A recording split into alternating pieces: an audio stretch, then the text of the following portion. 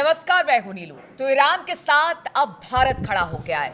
जिस तरह से ईरान में हालात थे, प्रदर्शनकारी सड़कों पर उतरे थे और कहा यह जा रहा था कि मानवाधिकार का उल्लंघन ईरान में हो रहा है और इसी को लेकर यूएन में एक बैठक बुलाई गई, एक प्रस्ताव रखा गया कि मानवाधिकार का उल्लंघन खुलेआम ईरान में हो रहा है। लेकिन भारत ने इससे इनकार किया है और उसका कहना है कि ऐसी कोई बात नहीं है, वहां पर कुछ नहीं हो रहा है, हम ईरान के साथ खड़े हैं और इस तरह के प्रस्ताव को हम नकारते हैं। आज बातचीत इसी पर होगी कि आखिर क्या वजह है कि ईरान के साथ भारत खड़ा है और अब इसको लेकर आगे क्या कुछ हो सकता है। बातचीत करने के लिए मयंक मेरे साथ है। देखिए, यूनाइटेड नेशंस में भारत ने बहुत बड़ा स्टैंड लिया है ईरान के लिए और भारत का इस स्टैंड लेने के बाद अमेरिका और यूरोप समेत कई देश हैरान रह गए।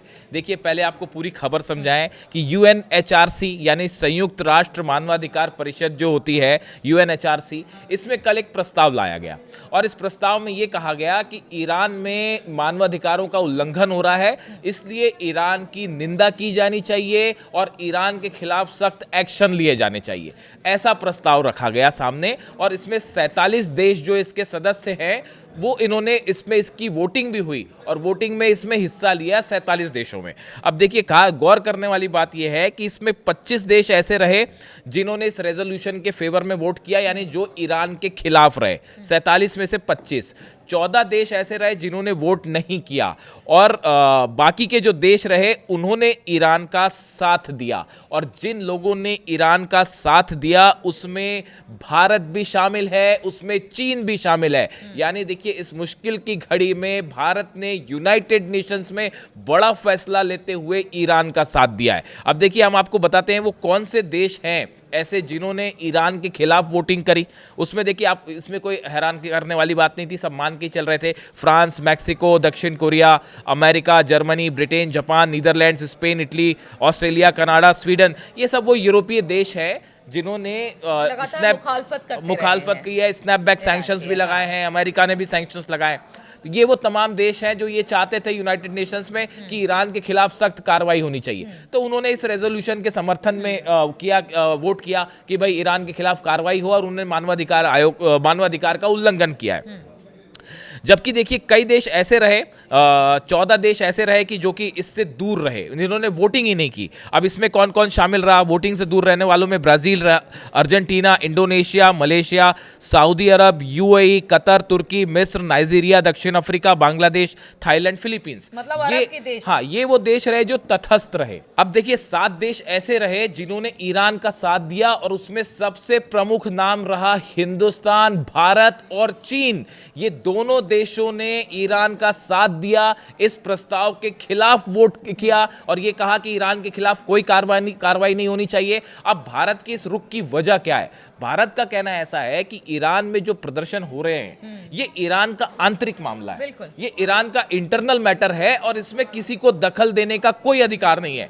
यही स्टैंड चीन का भी है। देखिए, ये बहुत बड़ा फैसला है भारत का। आप देखिए, पिछले कुछ समय में ना, हम बार बार अपने वीडियो में आपको ये बात बता रहे हैं, पिछले 6-7 महीने में, बल्कि आप समझिए पिछले 1 साल में भारत और ईरान के बीच में संबंध बहुत तेजी से मजबूत हुआ है। और ये पूरे इस क्षेत्र में, आप मिडिल ईस्ट और साउथ एशिया की बात करिए, यहां पे एक बड़ी भूमिका ईरान और भारत निभाते दिखाई दे रहे हैं। और यूनाइटेड नेशंस में खुलेआम इस तरह जो है भारत ने ईरान के साथ वोटिंग की। देखिए, इस समय जबरदस्त प्रेशर बनाया जा रहा है, ईरान को घेरने की कोशिश हो रही है। भारत में भी आप देखिए ना, टैरिफ को लेकर प्रेशर लगातार।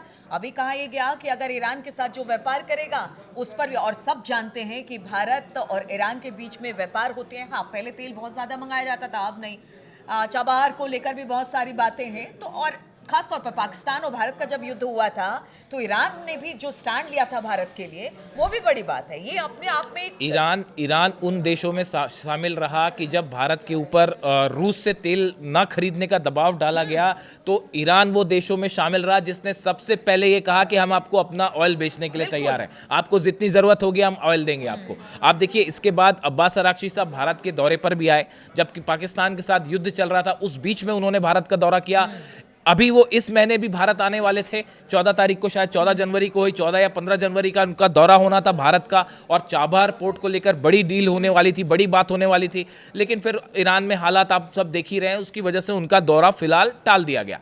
लेकिन आप देखिए पिछले कुछ समय में हमने बार बार आपको ये बात कही, भारत और ईरान के बीच में संबंध मजबूत हुए हैं। हाल ही में भारत में ईरान के जो नए राजदूत हैं मोहम्मद फताली साहब, उनकी तरफ से ये बयान आया कि चाबहार पोर्ट को लेकर भारत और ईरान संपर्क में है और वो एक ऐसी रणनीति बनाना चाहते हैं कि किसी तीसरे देश को बीच में हस्तक्षेप ना करना पड़े और आपसी अंडरस्टैंडिंग से जो है वो काम आगे बढ़ाया जा सके। इस तरह के उनके बयान आए। उन्होंने ये भी कहा कि भारत के साथ हम कई लेवल पर पार्टनरशिप चाहते हैं, ना सिर्फ इकोनॉमिक फोरम पे बल्कि एक्सपोर्ट को बढ़ाना चाहते हैं हम, इलेक्ट्रॉनिक जो सामान है उसके इंपोर्ट एक्सपोर्ट को लेकर हम बढ़ाना चाह रहे हैं। यानी कई क्षेत्रों में ईरान चाह रहा है कि भारत के साथ जो है वो संबंध मजबूत बनाए जाए। इस समय ईरान को सबसे ज़्यादा किसी चीज़ की ज़रूरत है तो उसकी अर्थव्यवस्था ईरान चाहता है कि वो बेहतर हो और व्यापार तेजी से बढ़े। इस दिशा में ईरान के लिए भारत एक मजबूत साझेदार साबित हो सकता है और इसी वजह से ईरान ने पिछले कुछ वक्त में अपना जो एक्सपोर्ट है वो अफगानिस्तान को भी बढ़ाया है और भारत को भी बढ़ाया है। ये आंकड़े आप देख सकते हैं। कुछ समय पहले हमने आपको बताया था, करीब एक साल पहले, कि अली खामेनी साहब की तरफ से अपने सलाहकारों को ये निर्देश दिया गया था, सिक्योरिटी काउंसिल के मेंबर्स को ये कहा गया था कि कुछ देशों के साथ हमको व्यापार बढ़ाना चाहिए, ट्रेड बढ़ाना चाहिए। वर्ल्ड सिनेरियो में ये जरूरी है कि आप अपने बिल्कुल, और उसमें पहला नाम जो है प्रमुख देशों में भारत और चीन का नाम था। वो चाहते हैं कि भारत के साथ व्यापार बढ़े, रिश्ते मजबूत हो। तो ऐसी सिचुएशन में जब लगातार ईरान के आंतरिक हालात को लेकर, प्रदर्शन को लेकर ईरान पर दबाव बनाया जा रहा है, ईरान पे तरह तरह के आरोप लगाए जा रहे हैं, ऐसे सिचुएशन में यूनाइटेड नेशंस के एक फोरम पर वोटिंग होती है जिसमें ईरान की निंदा की जाती है, भारत उसकी आलोचना करता है और ईरान के पक्ष में मतदान करता है। देखिए ये वोटिंग करता है, ये अपने आप में एक बहुत बड़ा स्टैंड है। देखिए कई सारी चीज़ें ऐसी होती हैं जो आपको समझनी पड़ती है।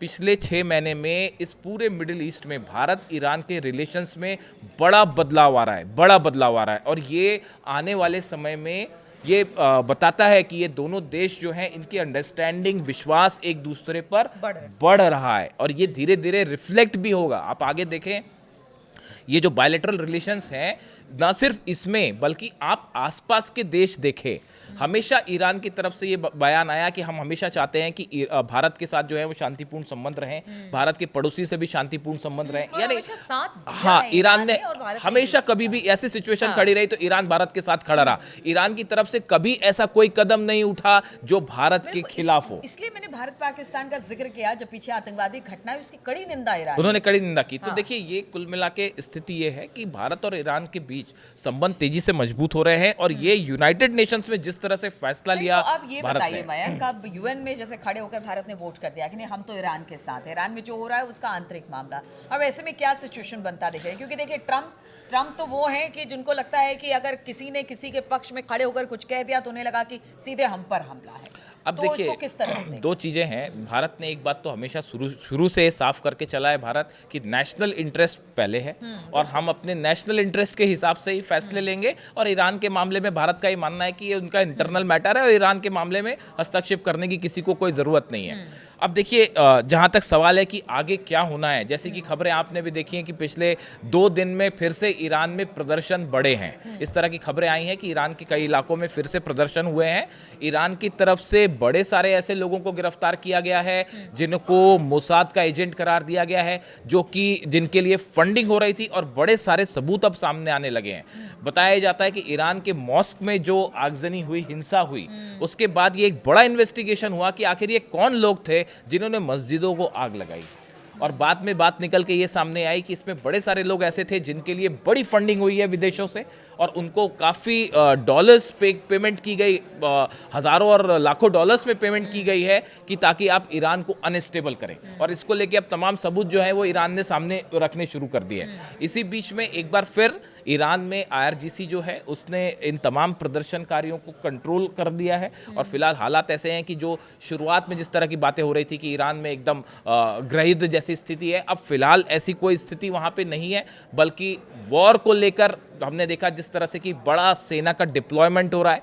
इस बीच में एक बार फिर से इस तरह की खबरें आई पिछले 2 दिन में कि हिंसा फिर से हुई है। वो कुछ इलाकों में छुटपुट हिंसा है लेकिन उसका जो बड़ा रूप था अब वो फिलहाल ईरान में नहीं है।